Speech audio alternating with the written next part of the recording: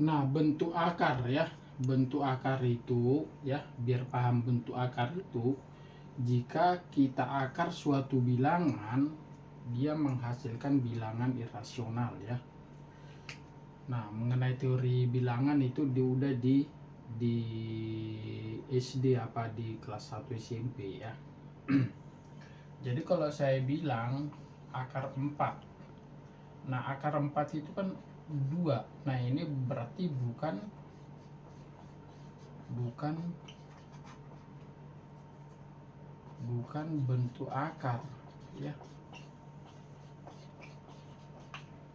Nah, jadi kalau saya bikin gini akar 3, ini kan hasilnya kira-kira 1,7 sekian sekian sekian. Nah, inilah yang dinamakan bentuk akar ya. Nah, ini dia. Nah, jadi pada prinsipnya bentuk akar ini kita harus paham betul ya tentang yang di SD itu ya. Di SD waktu itu akar A dikuadratin itu sama dengan A ya. Jadi akar A dikuadratin itu sama dengan A. Jadi kalau saya bikin akar pangkat 3 A pangkat 3 itu sama dengan A juga. Nah, yang penting di sininya itu sama. Jadi hasilnya A itu sendiri ya.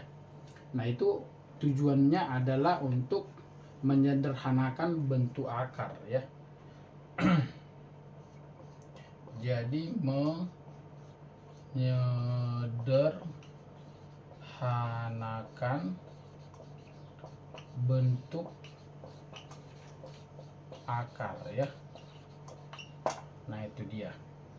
Jadi dalam memahami menyederhanakan bentuk akar ini, kita harus paham betul mengenai sifat dari aljabar itu sendiri ya. Nah, itu dia. Jadi dalam hal penjumlahan yang pertama ya, kita belajar itu penjumlahan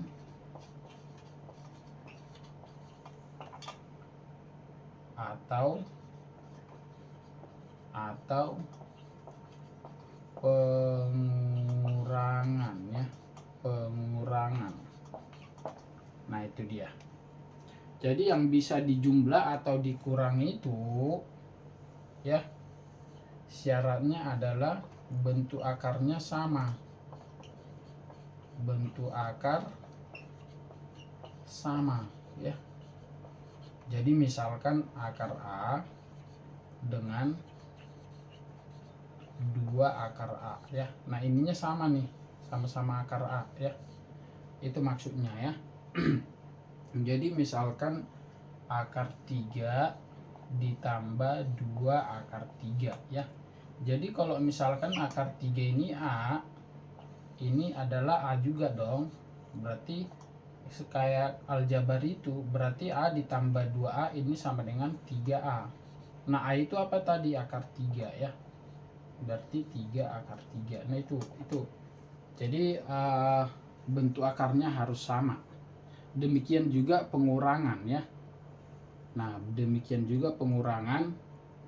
Jadi misalkan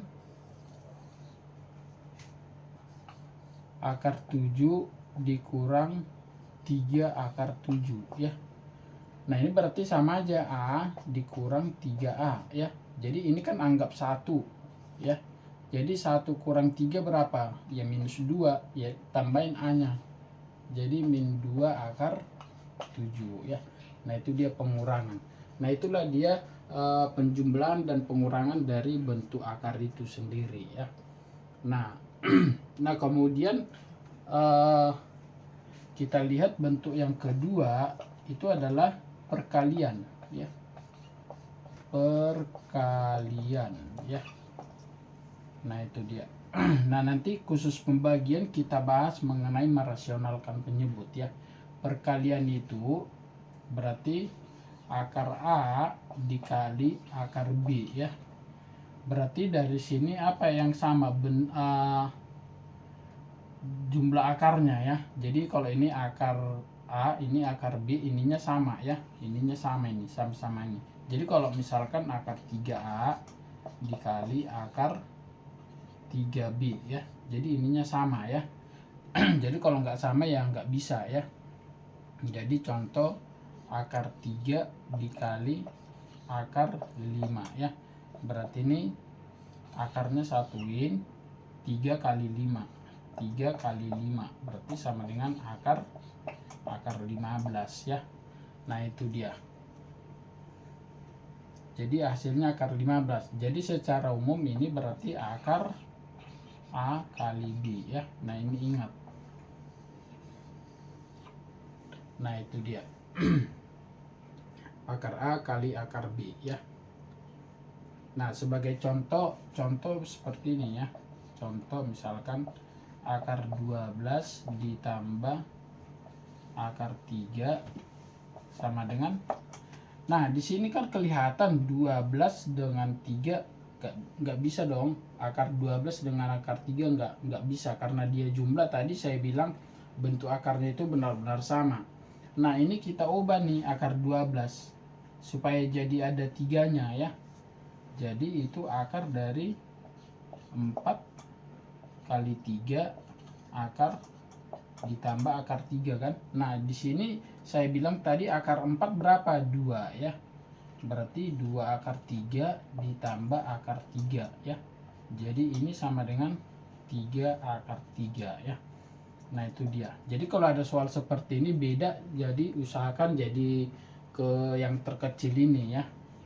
Pasti larinya ke situ ya, nggak mungkin ke yang lain ya. Nah itu dia. Nah kemudian di sini kita itu bagian yang ketiga ya, itu mengenai pembagian. Jadi di pembagian ini saya sebutkan nanti merasionalkan penyebut ya. Merasionalkan penyebut ya. Nah merasionalkan penyebut ini, penyebut itu apa sih? Ya dalam pecahan yang di bawah ya. Jadi kalau ini A per akar B. Nah ini yang harus kita rasionalkan. Inilah dia penyebut ya.